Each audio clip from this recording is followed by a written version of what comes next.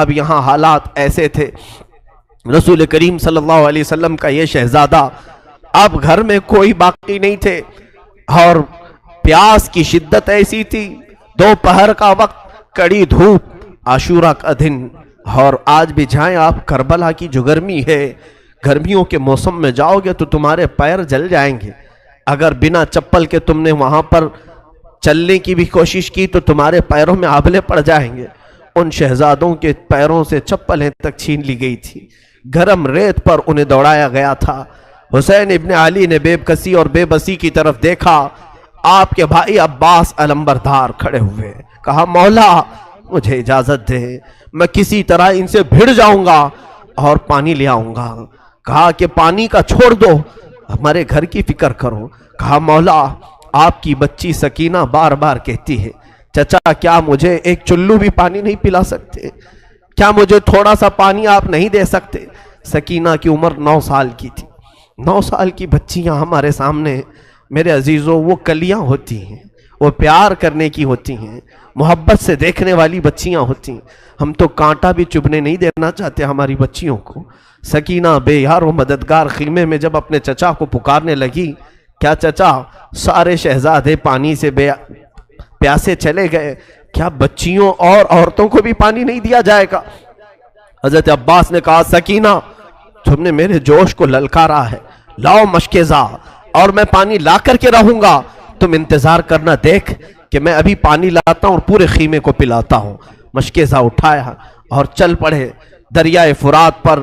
آپ تلواروں سے مقابلہ کرتے ہوئے پورے یزیدی لشکر کو چھانٹ دیا اور کوفہ کے یہ بزدلوں کی فوج میں سے نکلتے ہوئے دریائے فرات تک پہنچ گئے۔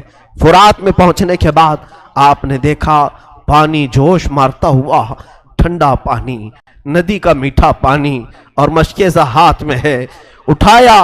میرے عزیزو آج افطاری کا منظر مجھے یاد آتا ہے کہ جب ہم دن بھر کے بھوکے ہوتے ہیں، سامنے ٹھنڈا شربت رکھا ہو، میٹھا پانی رکھا ہو، اذان کیا ہوتی ہے کہ سب سے پہلے ہم اٹھائے اور پی جاتے ہیں۔ کس کا روزہ ہے یا نہیں ہمیں اس کی خبر نہیں۔ مولا عباس کو دیکھو، چلو اٹھایا اور کہا کہ میں تھوڑا پانی پی لوں پھر مشکیزے میں بھروں۔ اس کے بعد اپنے ہاتھ کو کوسنا شروع کیا، برا ہو تیرا، تو نے حسین کے بغیر پانی پینے کا سوچا کیسے؟ چلو سے پانی پھینک دیا اور کہا مولا حسین اپنے خیمے میں پیاسے، بچے تڑپ رہے ہیں اور عباس یہاں پہنچ گیا ہے تو کیا پانی پی لے گا؟ ایک قطرہ بھی پانی نہیں پیا، پورے مشکیزے میں پانی بھر لیا اور اس کے بعد چل پڑے۔ جب جیسے ہی چلے یزیدیوں کے ساتھ حملہ ہوتا رہا اور لوگوں نے پکار کر کے کہا، عمرو بن سعد نے، اے لوگوں خیمے حسین تک پانی جانے نہ دینا، اگر پانی چلا گیا تو پھر جنگ بھاری پڑ جائے گی، ہمارے لیے یہاں پر جنگ لمبی ہو جائے گی، لہذا عباس کو روکو۔ کسی طرف سے ایک ظالم آیا، جس ہاتھ میں آپ نے مشکیزہ پکڑا تھا اس ہاتھ کو اس نے تلوار سے کاٹ دیا، مونڈھے سے ہی ہاتھ گر گیا۔ آپ نے دوسرے ہاتھ میں مشکیزہ اٹھایا، ظالم نے تلوار چلائی، دوسرا ہاتھ بھی کاٹ دیا۔ عباس کو اسی لیے کہا جاتا ہے کفین، ذوالکفین، 2 ہاتھ والا، سب 2 ہاتھ والے ہوتے ہیں لیکن عباس علمبردار کے دونوں ہاتھ جیسے نکلے۔ اب بھی مایوسی نہیں تھی، اپنے دانتوں سے مشکیزہ اٹھا لیا، وہ پانی کا مشکیزہ جو ہوتا تھا چمڑے کا، دانتوں سے اٹھا لیا اور کہا میں پہنچا کر کے رہوں گا خیمہ حسین میں۔ پکارے عباس، اے سکینہ میں پانی لاؤں گا تو خوب پینا، کٹے ہیں بازو چھدا ہے سینہ، ابھی میں کٹے ہیں بازو چھدا ہے سینہ۔ یہ عباس علمبردار کی زبان سے الفاظ نکل رہے تھے، اسی اثنا میں ظالموں نے ایک تیر ایسا چلایا کہ وہ سیدھا تیر آپ کی آنکھ میں گھس گیا، آپ کی بائیں آنکھ کی پتلی باہر آ گئی۔ اب تو حال یہ تھا کہ میرے عزیزو تیر نکالنے کے لیے ہاتھ بھی تو نہیں تھے، تیر اگر کھینچ کر کے نکالا جائے ہاتھ بھی نہیں تھے، اور ظالموں نے تیر برسانا شروع کیا۔ عباس اب تک نہیں روئے، ہاتھ کٹ گئے، آنکھ میں تیر چبھ گیا، رونا نہیں آیا۔ اسی اثنا میں کسی نے آ کر کے مشکیزہ پھوڑ دیا پانی کا۔ عباس کا صبر نہیں ہو سکا، چیخ نکل گئی، ہائے مردود تو نے کیا کیا، میرے ہاتھ لے لیا، آنکھ پھوڑ دیا۔ ٹھیک تھا لیکن یہ پانی میں سکینہ تک پہنچا کر آ جاتا. آپ اسی غم میں نیچے زمین پر گر گئے. سوچو جو گھوڑے پر بغیر ہاتھوں کے گرا ہوگا کیسے گرا ہوگا. تم اگر اوپر سے گرو گے تو ہاتھ وغیرہ سے اپنے آپ کو سنبھال لو گے. دونوں کٹے ہوئے ہاتھوں سے جب کوئی گھوڑے سے گرتا ہو, چاہے وہ منہ کے بل گرے کہ سر کے بل گرے, کس طرح سے گرا ہوگا. جبکہ ایک آنکھ میں تلوار ہے.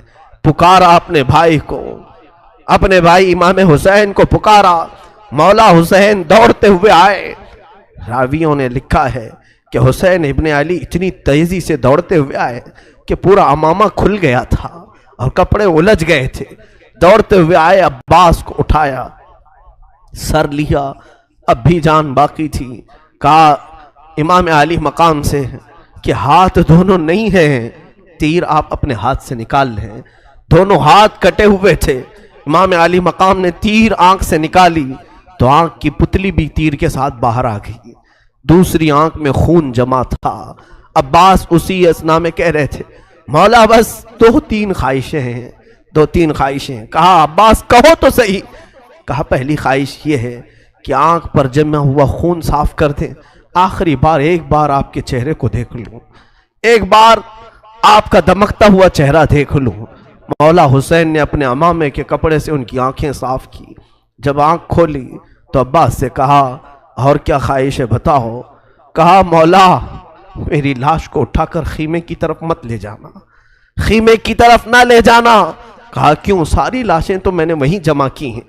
کہا عباس کہنے لگے مولا اس لیے کہ میں سکینہ کا مجرم ہوں, میں اس کے لیے پانی کا وعدہ کرایا تھا, بغیر پانی کے واپس میرے جانے کی ہمت نہیں ہے, میری لاش کو یہی چھوڑ دے. اللہ کے واسطے میری لاش خیمے تک نہ پہنچائے, کہیں سکینہ ناراض نہ ہو جائے, کہیں وہ میرے خلاف نہ بولنے لگے کہ پانی کا وعدہ کیا اور لایا نہیں.